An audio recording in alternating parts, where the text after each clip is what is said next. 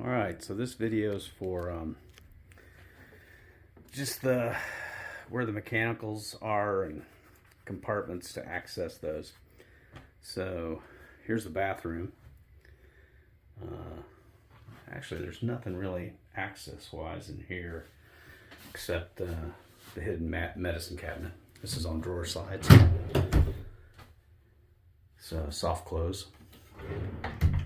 Now you gotta get a push. There you go. All right. The trailer, we're in the trailer section right now. That's all mechanicals are new in the trailer. There's nothing left over from when it was a camper. All the plumbing's in this wall back here. On the other side of the wall is underneath the kitchen cabinets, and that's a drywall back, so if you ever had to access that, and it's all PEX, PVC, you should never have to do anything with it, but if you had to, underneath the kitchen cabinets, you could access stuff. And I've got some still shots if needed, if anyone needs those. Electrical was updated. So behind this TV,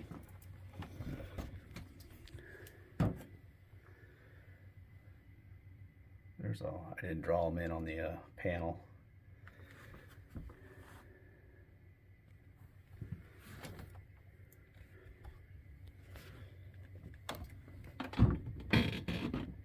Slides back in there. Let's see. That, I was asked, that's the previous owner had a window air conditioner in there.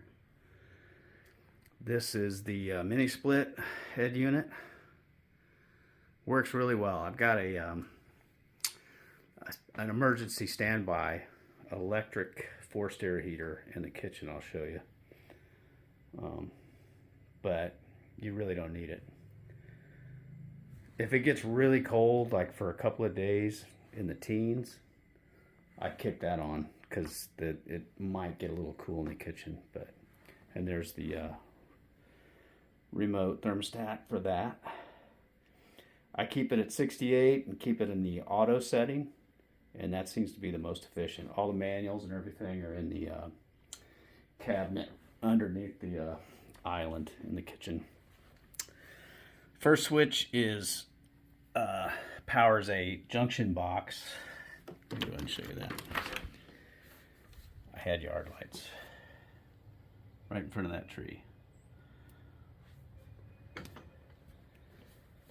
That's the first switch. Second switch is the island lights. And the third switch is the ceiling fans, which I'll go ahead and turn those on because the heat rises. Let's see, I think that's it for in here.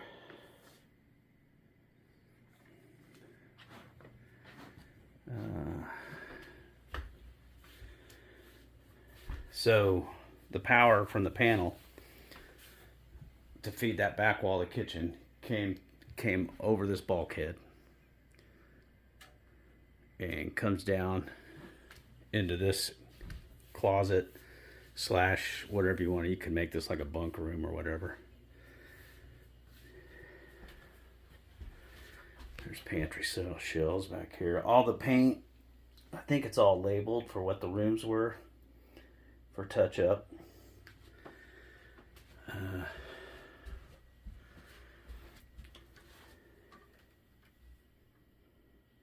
I used it as a closet, but it could be like if you built this out to make a little bunk bed or a bed. Yeah, that's what I was talking about. That's the junction. It comes across, and then it's in weatherproof conduit that goes under the camper in the crawl and over to this side behind the dog bowl center. So let me pan back so you can see where this is at. Okay, it's under the microwave. These just, let me go ahead and take the bowls. This this just lifts out.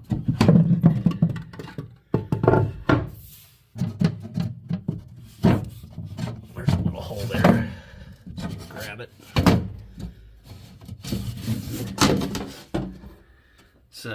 So that comes up, feeds that box. There's your shut off for the propane cooktop. So the refrigerator, the plug just comes through the wall there, so it's easy. You don't have to try to plug it in and roll it back. You can just pull that through.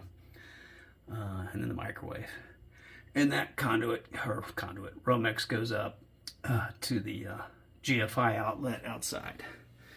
I'll put this back together when I come back in. And let's see, this, you can access the connections to the cooktop. This just pulls out. I'll go ahead and, it's just got the little cabinet. There's the gas valve. And I'll put that back together and come back in. Alright, so this is the back side of the bathroom. And that's where that's the plumbing wall. All the plumbing is in this wall. So, I think it's light enough. Let me get a pointer here.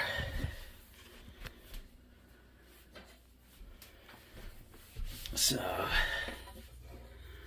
here is that one right here. This one right here with the white handle. That's the main shutoff. Coming in from outside. And then I've also got it roughed in for a outdoor shower, fish cleaning station, dog wash station, whatever you want to use it as, hot and cold. And there's shutoffs there for that. That's the back side of the tub. Like I said, all the plumbing's in there.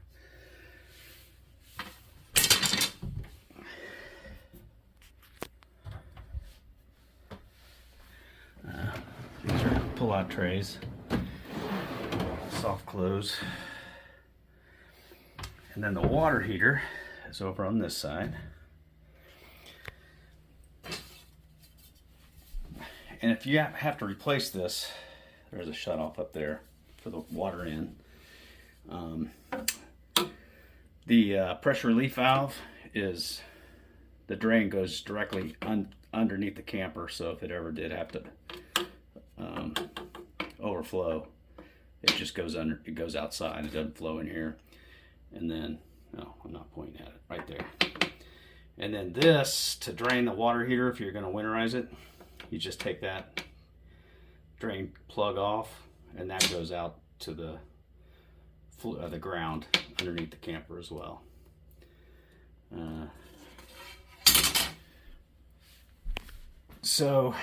But you need to take this cabinet out to get that water heater out. So you would just pop this door off, and then this section of butcher block pops off. There's, I think, 4 screws up underneath there, which also reveals screws that mount this cabinet right here.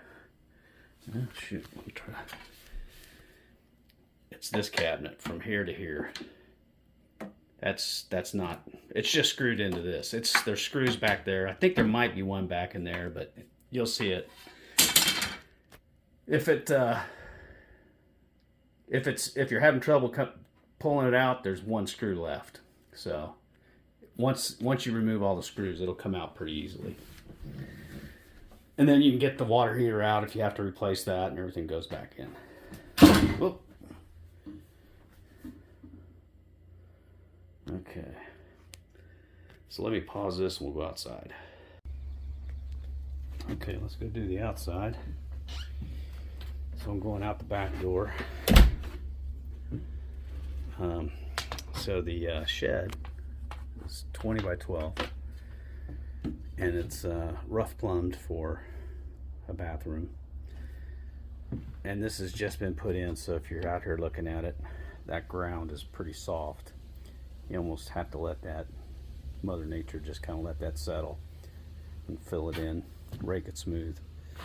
That's why I've got that piece of board. Just walk on that board because it's pretty soft. So here's the water line and the sewer coming in. Now right here is a 3" 90, and I've got it. It's just roughed for a washer and dryer right now. If you need a 3" drain, I haven't glued that reducer or this 2" pipe. Everything else is glued. But if you need it to bring in a 3" drain for whatever you're wanting to do, that's why I didn't glue that. Let's see. We'll go ahead and... So here's the shed.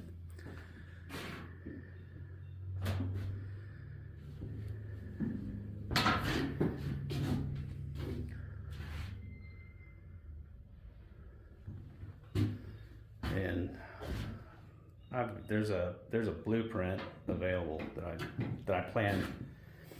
This was going to be a vanity coming in right here where the plumbing comes up. So there's your 2" drain. That's where I just showed you outside, and then that's the water line. See, that was going to be a vanity, stackable washer and dryer in the corner. 4-foot shower there. Then I was going to frame in a doorway and make that a separate toilet room. Let's see. Okay. Oh, here's the service panel.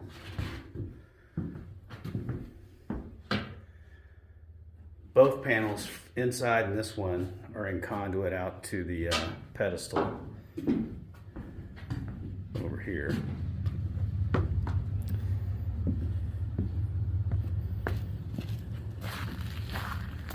There's the outdoor unit for mini split, and then there's my pedestal. So here's the distribution box for the water. So this is the main shutoff, the one closest to the house. It's just got a valve in there. You can use a street key to turn that off. So that shuts all the water off. But if you just want to, well, actually, there's no shutoffs in here. This is just where it splits to go to. So that one goes up into the house or the camper. This one goes to the shed, and then I've got this Silcock here. So if you do winterize, you can shut the water off at that at the main shutoff and open this up, and that'll drain the lines so that keep that section that's out in the elements from freezing. But if you shut just the main, you're obviously fine.